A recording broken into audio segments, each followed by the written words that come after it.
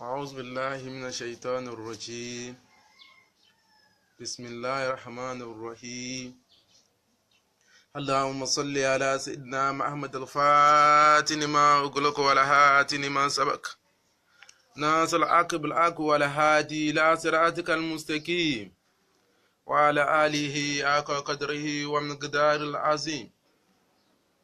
اللهم صل على سيدنا محمد عبدك ونبيك ورسولك نبي همي وعلى آله وأصحابه وسلم تسليما. اللهم صل وسلم عليه رحمة رباني وياكو كتآكي كتآكي كنبرك الفؤوم والمحاني. اهدنا صراط المستقيم اهدنا صراط المستقيم اهدنا صراط المستقيم صراط الذين أنعمت عليهم غير المغضوب عليهم ولا الضالين آمين. الله لا إله إلا هو الحي القيوم لا تأخذه سنة ولا نوم له ما في السماوات وما في الأرض. ما ذا الذي يشفع عنده إلا باسمه يعلم ما بين أيديهم وما خلفهم ولا يحيطون بشيء من علمه إلا بما شاء وسع كرسيه السماوات والأرض ولا يئوده حفظهما وهو العلي العظيم. ولا يئوده حفظهما وهو العلي العظيم. ولا يئوده حفظهما وهو العلي العظيم. ولا يئوده حفظهما وهو العلي العظيم. In the name of Allah, the beneficent, the merciful, praise be unto the Allah, the Lord of the world, the Master of the day of the judgment. It is you, only you we worship. It is only you we ask for help. Guide us in the straight path, the path of those you have been favored, and not those against you. Alhamdulillah wa salatu wa salam ala Sayyidina al-Mursalim, Sayyidina Aminullah, Sayyidina Habibullah, Mustafa Muhammadin, Katim al-Anbiya, Ika Muhammad Mursalin. Aki Ọlọ́run, aki Ànábì wa Muhammad, aki gbogbo àwọn àfáà wa. Látara Ọlọ́run tá aki Ànábì. Ànábì wo? Ànábì tó yẹ pé torí Ọlọ́run fi dáyé. Ànábì wo tó yẹ pé torí Ọlọ́run fi dọ́run. Ànábì wo? Ànábì tó yẹ pé àlùbáríkà náà Muhammad ni gbogbo wa ń jẹ. Mọ́sà wọlé àfẹ́ tí ń bẹ láàrin Ọlọ́run àtànà Muhammad. Program tòní tí Sheikh Niass tá tún wà lórí ètò fúnra wa lórí Facebook live program tá a máa ń ṣe pẹ̀lú ara wa. Ọlọ́run ò gbogbo ẹ̀yin olólùfẹ́ wa tá a jọ ń ṣe program náà Ọlọ́run mọ́jọ́ ń fi ẹnìkọ̀ọ̀kan wa sàwátì Ọlọ́run. Ọlá Qur'ani Karim, ọlá la hawla wala quwwata illa billahi aliyyil azim.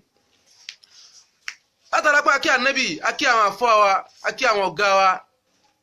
gbogbo àwọn tá a lẹ́tọ̀ọ́ láti kí gbogbo wọn la kí. Akí bàbá wa Sheikh Ahmed Tijani radiyallahu ta'ala anhu, Sheikh Abdul Abbas nu. Ọlọ́run wọlá àlùbáríkà wọn di gbogbo wa náà déèyàn. Akílára pé Sheikh Ahmed Tijani, akí bàbá wa Mawlana Sheikh Alhaji Ibrahima Niass radiyallahu ta'ala anhu. Akí àfọ́ àgbà Mawlana Sheikh Ibrahim. Ọlọ́run inú ilé wọn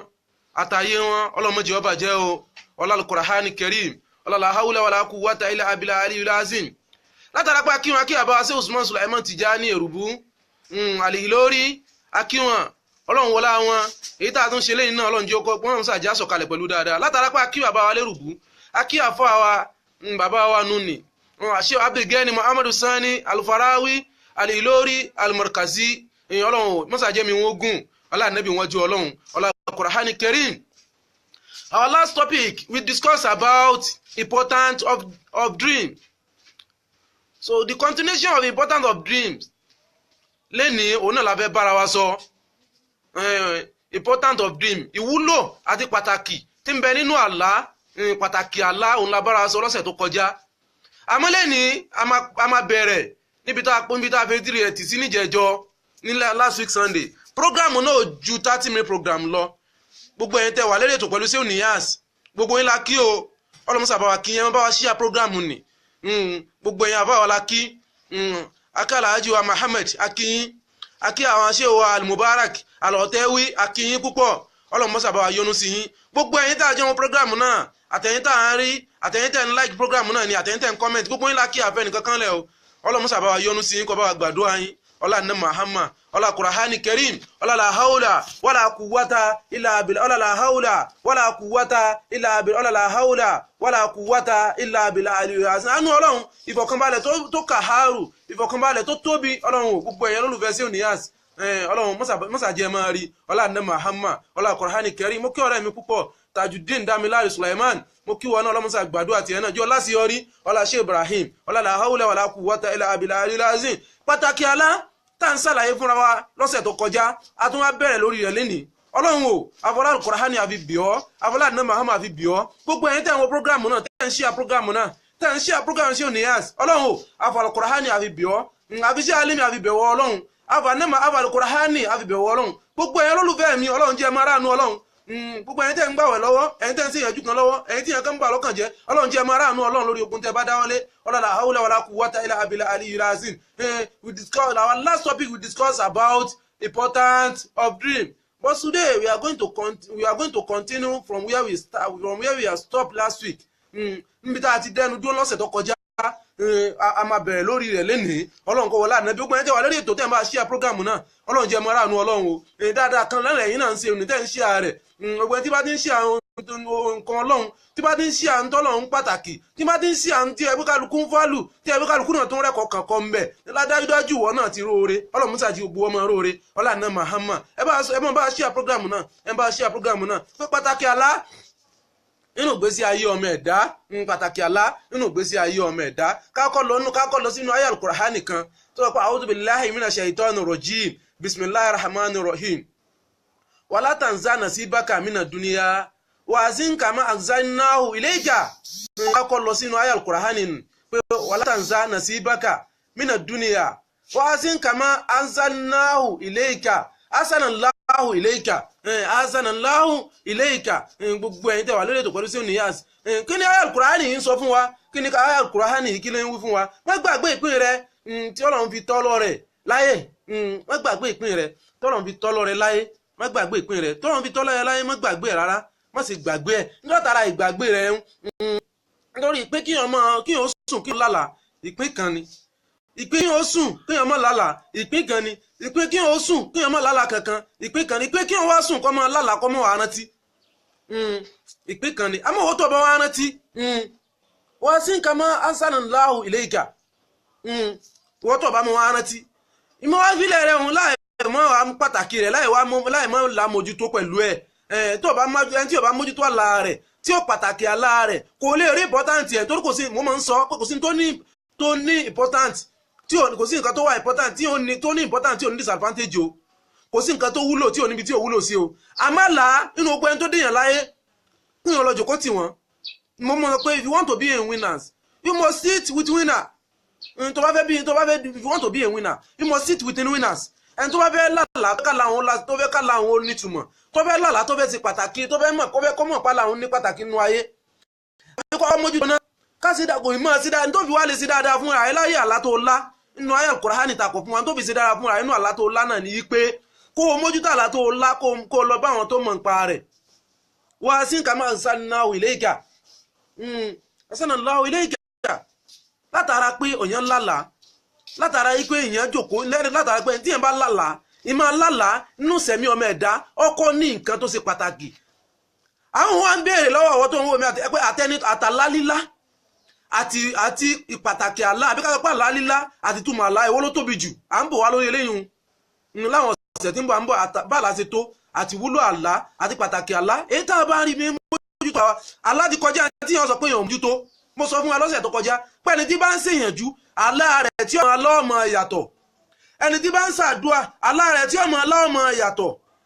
ẹni tó yẹ pé kò wà ló furugbára ni kò níyànjú kò ṣàdúà kò ṣe sàárà àlá tiẹ̀ náà ọmọ yàtọ̀ gbogbo ẹ̀yin tẹ́ ń bẹ lórí ètò pẹ̀lú sí Niyas ẹ̀yin tẹ́ ń ṣe prógráàmù náà gbígbàdúrà Ọlọ́run bá mi ta yín lọ́rẹ o ọlá náà Muhammad brother Adéwálé Ọlá Saheed akíyín púpọ̀ akí bàbá Ọ̀túnba Ọlátúnjí Tinúoyè akíyín púpọ̀ o Ọlọ́run bá ń gbàdúrà yín o ọlá Qur'ani Karim gbogbo àwọn olólùfẹ́ sí Niyas tẹ́ ń ṣe prógráàmù náà Ọlọ́run bá gbàdúrà yín ọlá Qur'ani Karim látara important of dream tá à ń ṣàlàyé fúnra wa At important of dream, a dream is strong enough to define you. A dream Listen to me. A dream is strong enough to define you. Allah ti tó lọ́tọ̀ odidi nǹkan làlá tó jẹ́ pé ó lè sọ̀rọ̀ ayé rẹ fún ọ. Ó lè rìnrìn àjò ayé rẹ fún ọdún tó fẹ́ rìn tó ti rìn.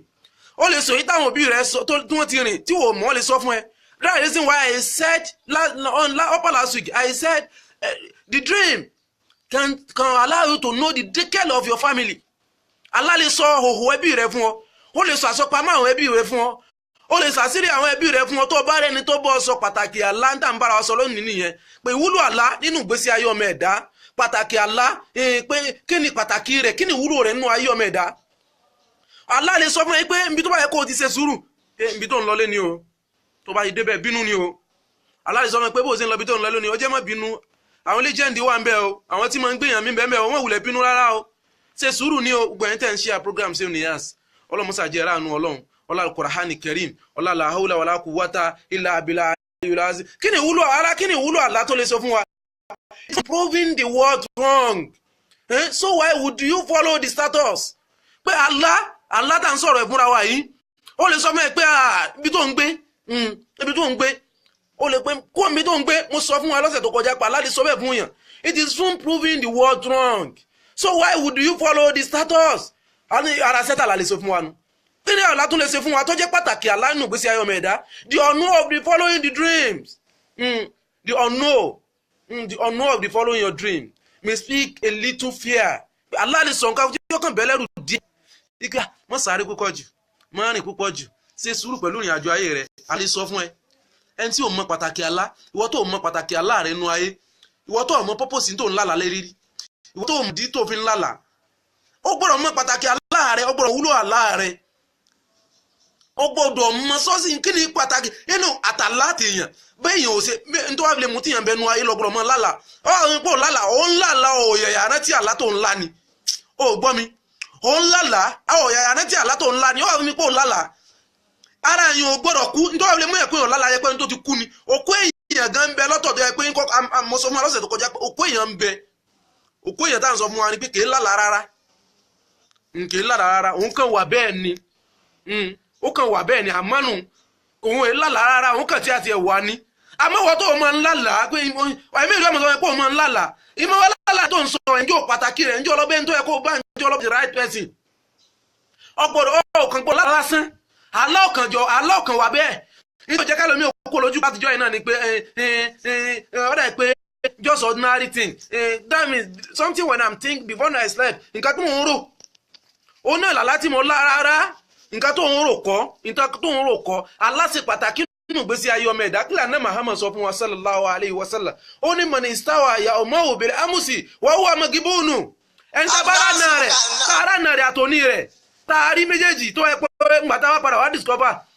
Àwọn ará náà rẹ̀ àtòní ó wá ṣe dédé ara wọn kò jẹ́jà o. Ó gbọ́ mi mọ́ ó jẹ́jà ọjà ló jí ọ́.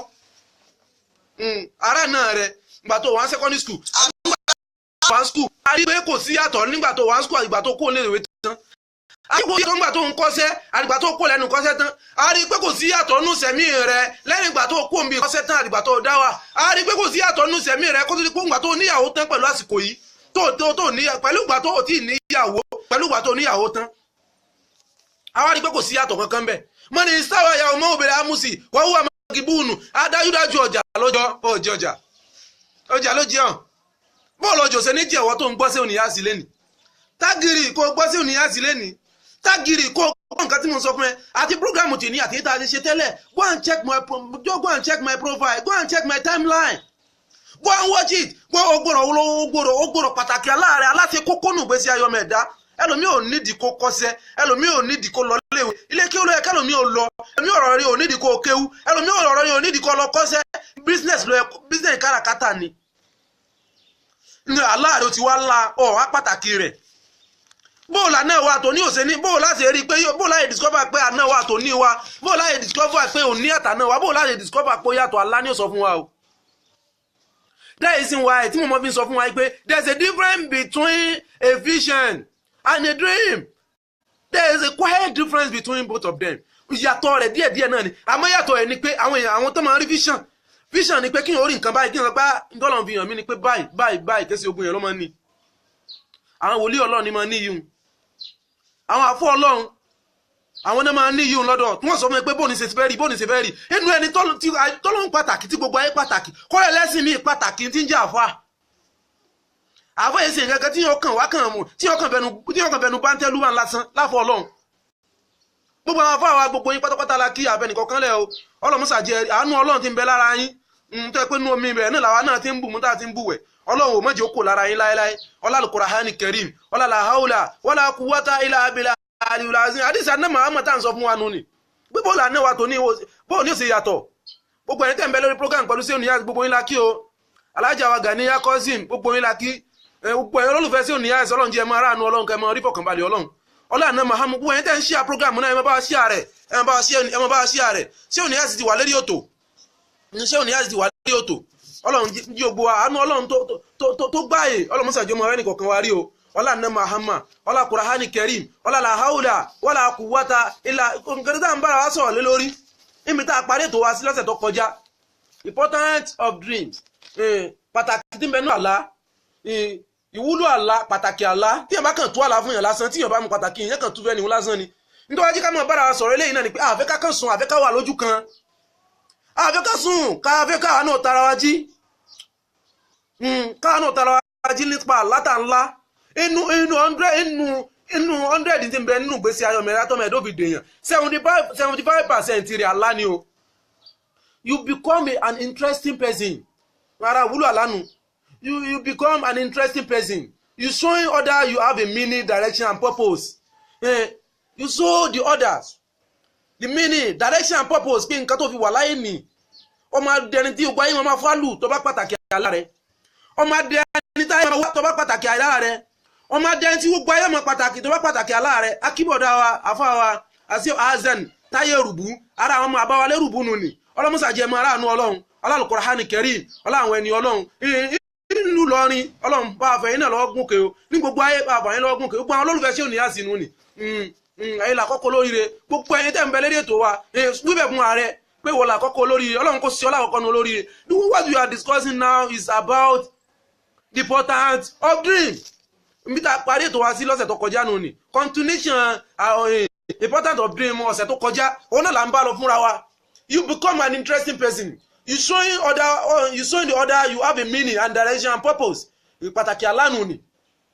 ẹlẹ́kẹrin nínú pàtàkì àlá àbíká pẹ́lẹ̀ karùn-ún because you never too old to direct age gbọ́ mi sẹ́ because you are never too old to dread age means nothing when we know what we want.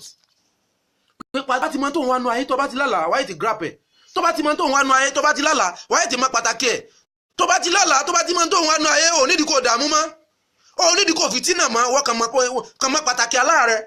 ẹ tó bá ti mọ pàtàkì àlá rẹ̀ nú ayé yóò mọ tó kàn nú ayé rẹ̀ tó yẹ kó rán àìmọ́ mọ pàtàkì àlá rẹ̀ ló jẹ́ kó wà lójú kan báwo ló ṣe ní wà lójú kan látara pé kó o mójútó àlá ni mo máa ń sọ fún wa gbogbo ògbà yìí pé your background does not determine where you are going to reach in your life. Your background does not determine something you are going to become your future. You must determine. You must prove the world you know you are what you are going. You must prove the world you have a purpose in your life. Unless you don't determine your dream, unless you have purpose for your dream, you must know. You must find solution to your dream. You must know importance of your dream. You must know what is going. Nǹkan tó yẹ kó wá nú ayé rẹ ọgbọ́dọ̀ mọ̀. Nǹkan tó yẹ kó wá nú ayé rẹ ọgbọ́dọ̀ mọ̀. Nítorí kí n máa wí fún wa lẹ́nu ni pé mi ò fẹ́ ká wà lójú kan mọ́. Mi ò fẹ́ ká máa wà lójú kan mọ́. Mi ò fẹ́ ká kàn wá ẹni tó wà láyé bí aláìsí. Ó lè kú lójú kan àbí tó bá mójútó àlá rẹ ló kù. Gbogbo ẹni tẹ́ wà lérí ètò pẹ̀lú sí òníyàn gbogbo yín la kí o. Ẹ bá wa share program yẹn. Akin brother wa àwọ̀ Jẹ́bọ̀dé Ifálékè gbogbo yín la kí o ṣé ò ní àṣì ọ̀bẹ nìkan kan sọ̀tá o gbogbo ayé lọ̀rẹ́ wa àwọn ọ̀bẹ nìkan sọ̀tá gbogbo ayé lọ̀rẹ́ wa mọ̀nàfíkì ọ̀rẹ́ wa ni ẹlẹ́nu sóyìtì ọ̀rẹ́ wa ni àwọn ọ̀bẹ nìkan sọ̀tá àwọn wà mí báyìí àbí online video kábí bẹ́ẹ̀ nìkan kan àbí ká bẹ́ẹ̀ nìkan figagbága nítorí wà nù ayé tèmi fún ni yí pé gbogbo ẹni tí máa ń fẹ́ràn mi àti gbogbo ẹni tí máa ń wà lérí live program pẹ̀lú mi bó lọ́rọ́ wọ́n fi yàtọ̀ láàrin ẹbí wọn báwo ni ó ṣe dèèyàn nú ẹbí wọn báwo ni ó ṣe níláárí nú ẹbí wọn báwo ni ó ṣe pàtàkì àlá wọn báwo ni ó ṣe ẹlòmíì ń bẹnu ayé pàtàkì àlá ni ó ti gbìyànjú débi tí yẹn máa ń gbìyànjú dé kí n fi ọ̀rọ̀ brọ́dà wa èèyàn wa kan kí n fi ṣe àpèjúwe fún wa sẹ̀búrí lélẹ́yìí o kì í sẹ̀búra o sẹ̀búrí ni kì í sẹ̀búra ẹni náà máa ń lálàá èèyàn ńlá ni ara àwọn èèyàn ńlá láwùjọ ni ọ̀rọ̀ tó gbájú mi kọjá ni o tí ò tí ì pẹ́ o ọ̀rọ̀ tó gbájú mi kọjá ni àmọ́ níta dúpẹ́ lọ́dọ̀ Ọlọ́run náà fún ni pé kò tí ì ju mẹ́rin síjọ́ máa lọ bẹ́ẹ̀ Ọlọ́run ṣe ní kó ń ṣàlàyé rẹ̀ fún wa tọ́rọ̀ náà gbáwájú wa kọjá Ọlọ́run ní kẹ́rin náà ra àánú Ọlọ́run gbogbo àwa náà tá a ti ń pàtàkì aláwa kí sì ó ní kẹ́ gbé wá sọ́dọ̀ sí Niyas kí sì ó ní kẹ́ gbé wá sọ́dọ̀ mi afọ́n bẹ ládùúgbò yín wòlíì bẹ ládùúgbò yín ẹ sọ fún wọn èmi náà tẹ́ bá pè mí mi ò ní sọ pé mi ò dá yín lóhùn àmọ́ ẹni tó kàn mí láyé ni pé kíyàn pàtàkì àlá rẹ̀ kíyàn mọ̀ wúlò àlá rẹ̀ ẹni náà wá lálàá ó mọ̀ ń lálàá tó bá lálàá yóò bára ẹnu léni gidi yóò wẹ̀ ò funfun àyè tí ó wà àyè tó dùn rí ni tó bá ti wá bára rẹ̀ ń bẹ̀ yóò máa rí pé gbogbo èèyàn ń sá fóun yóò bá Nábì sallallahu alaihi wasallam yóò máa rí pé gbogbo èèyàn ń sá fóun bẹ́lẹ̀ yìí bá dé yóò sá fún pẹ̀lú bẹ́ẹ̀ rẹ̀ sí tuntun àwọn èèyàn ò dúró tì ó wá ti ń lálàyé láì bí ọdún méjì kò yá sálà yẹn yóò mọ̀ ńlá láàrin bí ọdún méjì kò yá sí láàrin bí ọdún méjì kò yá báwo ló ṣe wá jẹ́ nígbà tí ó padà wá rí lójú ayé tí ó padà rí àlá yẹn ó padà discover yìí pé àlá tó ń lá yẹn gbogbo àwọn èèyàn tí ń bẹ níbi company tó ti ń ṣiṣẹ́ orí èèyàn ńlá ni gbogbo àwọn èèyàn tó ń wá mi tó ń ṣiṣẹ́ wọ́n kàn bẹ̀rẹ̀ sí sá fún ni wọn ò dúró tì mọ́ gbogbo wọn ń sá gbogbo àwọn tó fẹ́ràn rẹ̀ tẹ́lẹ̀ gbogbo àwọn tó jẹ́ olólùfẹ́ tẹ́lẹ̀ gbogbo wọn kàn bẹ̀rẹ̀ sí sá fún ni gbogbo tí àwọn bí tó yẹ pé ó bù rẹ̀ ti wọ́n ẹ̀mí wọn kọjá pé tí wọ́n bá rí àbí kí wọ́n dọ̀rọ̀ dóde ó wá dẹni tó yẹ pé gbogbo wọn wá ń bínú rẹ̀ ó wá dẹni tó yẹ pé ńgbà tí ó padà yá wọn padà fẹ́ yọ lẹ́nu iṣẹ́ ńgbà tọ́rọ̀ náà wá gba wájú wa kọjá láwọn sàlàyé fún wa nígbà fi lè mú ọ táwọn èèyàn ń sá fún ẹbẹ́ yẹn lójú àlá rẹ̀ ó yẹ kó o mọ pàtàkì ó yẹ kó o mọ solution náà wọ́n tó mọ pàtàkì àlá rẹ̀ ẹ má jẹ́ ká jẹ́ pọ́dìgbà tí nǹkan bá dàrú tán ẹ má jẹ́ ká mọ̀ pọ́dìgbà tá a bá mọ̀ ńgbà tí nǹkan bá dàrú tán yẹn ká tó mọ wá solution sí ẹ má jẹ́ ká pọ́dìgbà tí nǹkan bá wọ̀ sí tán yẹn the use the medicine after death kò easy the use the medicine after death is formless. You must find solution to your dream before the kó lè rí pé nǹkan yẹn hàn kọ́ kó lè pé problem hàn kọ́ ẹ má wá solution kí wọ́n má wá solution lórí àlá rẹ̀ tí wàá bá dé ó yẹ sí kọ́ ọ̀rẹ́ ọmọ kan tó yẹ kó fi jọ́ méjì rán ọmọ afọ̀sẹ̀ kan rán ọmọ fosù mẹ́fà rán àti dìde inú tó rọrùn ni àmọ́ àti tí ẹni tó bá ṣubú ẹ̀dá tó bá ṣubú láàrin káàdìjú káyà báyẹn ni wọ́n kàn bá rẹ̀ ńlẹ̀lẹ̀ ni ọlọ́mọ gbẹ́ni kọ̀ọ̀kan wá ṣubú báwo la ṣe ní ṣubú àfi ká pàtàkì àlá wa báwo la ṣe ní ṣubú àfi ká mọ important of our dream nítorí mi sí òní àti sọ fún wa lé nínú ni pé ẹ jẹ́ ká mọ pàtàkì àlá wa ẹ jẹ́ ká pàtàkì rẹ̀ ẹ jẹ́ ká mọ wúlò rẹ̀ but okay let me explain to you jẹ́ kí n sọ wọn kan fún ẹ lẹ́nìí if you don't have motivation if you don't have motivation you will be a failure in life.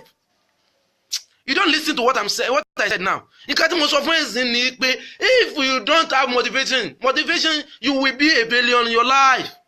I don't want you to be failure. I want you to be among those that are succeeding in life. I want you to be those that are successful in life. I want you to be those that are on top of the world in life. Ayé náà nìyẹn ti ń dé yẹn o. Tí wọ́n bá fẹ́ lówó láyé ayé náà nìyẹn ti ní. Tí wọ́n bá fẹ́ lálàá láyé ayé náà nìyẹn ti ní. Bí wọ́n bá fẹ́ wọṣọ láyé lásọ rẹ̀ ayé náà nìyẹn ti wọ̀ o. Gbogbo èèyàn tí àwọn sí òní àti lórí ètò ẹ mọ bá wa ṣíà program náà ẹ mọ bá wa ṣíà rẹ bẹ́ẹ̀ ni bá wa ṣíà bẹ́ẹ̀ lẹ́mọ̀ rí kí ọlọ́run bẹ́ẹ̀ ni bá wa ṣíà rẹ bẹ́ẹ̀ lẹ́mọ̀ rí fọkànbalẹ̀ ọlọ́run musa jẹ́ mara àánú ọlá láhàúlẹ̀ wàlá quwwata illa billah ọgbọ̀n yẹn tẹ̀ ń ṣíà rẹ ẹgbọ́n là ń rí ọlọ́run jẹ́ mara àánú ọlọ́run ọlá Qur'ani Karim nǹkan tí mo bá wa sọ náà ni pé if you don't have motivation you will be a failure in life bó la ti ní di failure àfi ká pàtàkì aláwa ká mọ kókó aláwa ká mọ pàtàkì aláwa ká mọ important of our dream. You can't have lálẹ́ sílẹ̀ mọ́ jẹ́ kí n tó jẹ́ ẹ̀kan yẹ mo máa ń ṣàlàyé ẹ̀kan fún wa lórí àlá nínú tí mo máa ń ṣàlàyé fún wa lórí àlá ni wípé ọ̀nà bíi méjì sọ́nà mẹ́ta làlá wà fún ìyẹn lè láàkín láàrin kan bí aago 7 alẹ́ ságo 12 alákanu ìyẹn lè láàkín láàrin aago 7 alẹ́ ságo 12 alákanu alákan wáyé láì kan bí aago láti nǹkan táìmù tá a sọ yẹn tí lè fi mọ́ alákanu àmọ́ àlá tó yára àti tètè àlá tó yára àti tètè rántí jùlọ láti yàn bá lá ní láàsì ìgbà kílè tó mọ̀ àmọ́ àwọn alákan bẹ tó jẹ́ pàtàkì àlá yóò tìyàn bá ti gbàmù tó bá ti lá báyìí yóò jí gbogbo sísítẹ̀mù ara rẹ̀ lẹ̀ ní o ò ní sùn mọ́ tí lè fi mọ́ àlá yẹn ló jí sísítẹ̀mù ara rẹ̀ lẹ̀ àlá tó jí sísítẹ̀mù ara yẹn lẹ̀ yẹn kì í sàn látọkàn bílẹ̀ láti bẹ́ẹ̀ sẹ́lómi ti la fún 20 years kò dẹ̀ gbàgbé ọ̀dẹ̀ pàtàkì àlá rẹ̀ ọ̀dẹ̀ wá solution sí ọ̀dẹ̀ ń sáré káàkiri ó sọ pé o sì yànjú kò ṣiṣẹ́ o gbàdúrà kò ṣiṣẹ́ o yẹ sàrà kò lè ṣiṣẹ́ báyìí náà ń gbà tó pàtàkì alẹ́ sálá àdúrà tán ṣe fún ẹ yẹn èyí tán ṣe fún ẹ ládùúrà yẹn náà tó solution lọ yẹ kó wá ìyànjú tán ṣe fún ẹ yẹn nítorí wàá fi lè mú ẹ tó yẹ pàlà rẹ bó ṣe ńlá náà ló kàn fi lẹ̀ ó dàbí aṣọ tí yẹn bá wọ̀ ní tó bá ti wọ̀ sọ bá sọ ń ṣe wùkọ́ pàtàkì tó bá ti wọ̀ tán ọkàn jùlẹ̀ náà ni ó sì máa ju aṣọ tó wọlẹ̀ ó fọ́ ó ká bẹ́ẹ̀ náà làlá tí yẹn lá bẹ́ẹ̀ náà ni sẹ̀mí ẹ̀dá tó ní sẹ̀mí tó yẹ kí yẹn pàtàkì inú ayé yẹn ni mo fi jẹ́ kó yí wáyé gbé inú àlá tí yẹn ńlá inú 100 inú sẹ̀mí ẹ̀dá inú 175% alákàrí rẹ̀ ọlọ́run kó wọlá ní Muhammad ọlọ́run kó wọlá Al-Qur'ani Karim tó o bá ti máa lálàá you don't have where to go o níbi kankan tó fẹ́ lọ́nú ayé o tó o bá ti lálàá tó o bá ti pàtàkì ẹ̀ tó o wá solution lórí ẹ̀ o níbi kankan lọ́nú ayé o kúrò bẹ́ẹ̀ ni wọ́n bá ga tó ga láti ilẹ̀ tọ́wọ́ tó lókè tí o bá ti pàtàkì alá rẹ̀ lẹ́ẹ̀kan náà yóò kàn para bá rẹ̀ ńlẹ̀lẹ̀ ni èmi àti ìwọ ọlọ́mọdé aṣubú o ọlá nẹ́bí wájú ọlọ́run alátẹ́lómi ńlá ayé pàtàkì ẹ̀ nínà ọlọ́run kò sí ní tíyẹn fẹ́ sùn nínú ìgbésí ayé kéèyàn ṣubú nú ẹnu ayé kò sí ní tẹ́ẹ̀dá tọ́lọ́run fẹ́ fi ṣe nítorí pàtàkì ẹni pé ńgbà tọ́lọ́run ti fi yàn ẹ̀yẹn nǹkan tó yẹ kó o ṣe náà ni pé kó wá solution sí nítorí yẹ kó o ṣe náà ni pé kó wá important ẹ̀ ara important àlá ni pé tó o bá ti máa lálàá o níbi kankan tó fẹ́ find ẹ̀ sí o ẹni tó yẹ kó máa gbé kó tó lọ ń gbé Ìbàdàn ó ti kọjá kún tó bá dojú alẹ́ wọn ó pàrí pé wọ́n padà wọ ẹ inú Ìbàdàn yẹn ò ní rí ẹ inú ẹbí ẹ̀ ò ní fà lù ẹ nítorí you are not live you are in the right place ó gbé mi tó yẹ kó gbé ó rìn àjò tó yẹ kó rìn gbogbo ẹ̀yẹn wa tẹ̀ ń bẹ lọ́dọ̀ program náà akínsísà wa Florence Umo ọlọ́run bá gbàdúrà yín o Al-Qur'ani Karim everybody dreams everybody dream simply because you do not remember your dream does not mean that you do not dream pé kó o má rántí àlá yín o sọ mọ́ kó o mọ́ pé o lálàá náà o sì máa sọ pé o lálàá ò yà rántí ni èmi sọ mọ́ ẹlẹ́ni ẹ̀mí ọ̀tọ̀ lẹ́yìn tí kì í rántí rárá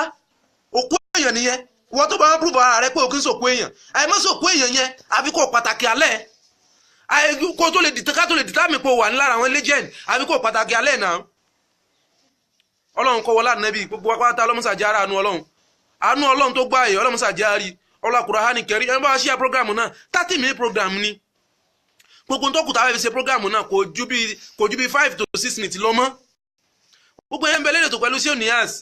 ọlọ́run jẹ́ àánú ọlọ́run gbogbo ẹni tẹ́ ń ṣíà program mi gbogbo yín ni mo rí o mi ò fẹ́ nìkan kan lẹ̀ o ọlọ́run ẹni tẹ́ ń ṣíà àdàtẹ̀yìn tẹ́ ń wò ọlọ́run tí bá ti ń gbé tí ọ̀tún yín wọlé ọlọ́run mọ́jì ọmọ gbọ́ tó ti jáde Al-Qur'ani Karim mo wí lẹ́ni mo pálásẹ̀ sínú ayé rẹ̀ wọ́n tó ń gbọ́ mi alákàlà aláti máa ń gbé aláti máa ń gbéyàn ṣubú aláti máa ń kọ́yàn láfàsẹ́yìn ẹni tí máa ń lálàá torí pé wọ́n fò lásọ tó bá ti rí wọ́n fò lásọ ẹni tó ń lálàá pé wọ́n gba sọ lára wọn ọlọ́run mo bẹ lọ́wọ́ fún ọ lónìí gbogbo wọn tó ń gbọ́ sí òníyàsí àánú ọlọ́run tó gbá ẹ̀yọ́ ọlọ́run sàjì ọmọ rí alákàlà mọ́jọ sẹ́nu ayé rẹ̀ ìfọkànbalẹ̀ jọmọ sẹ́nu ayé rẹ̀ ọlọ́run Muhammad gbogbo ẹ̀yin tẹ́ bá ń wá wẹ̀ sí òníyàsí tí òníyàsí ṣe tíra tí mo ṣe direction with power of spirit ó wà ńlọrin ó wà ńbàdàn ó wà Àbújá ó wà lẹ́kọ̀ọ́ lábúlé Ẹ̀gbá ó wà lọ́sọ̀dì ó wà ní sanwó-ọ̀tà ní Abẹ́òkúta gbogbo ẹ̀yin tẹ́ bá ń fẹ́ ẹ pé sí òníyàsí lẹ́yìn ètò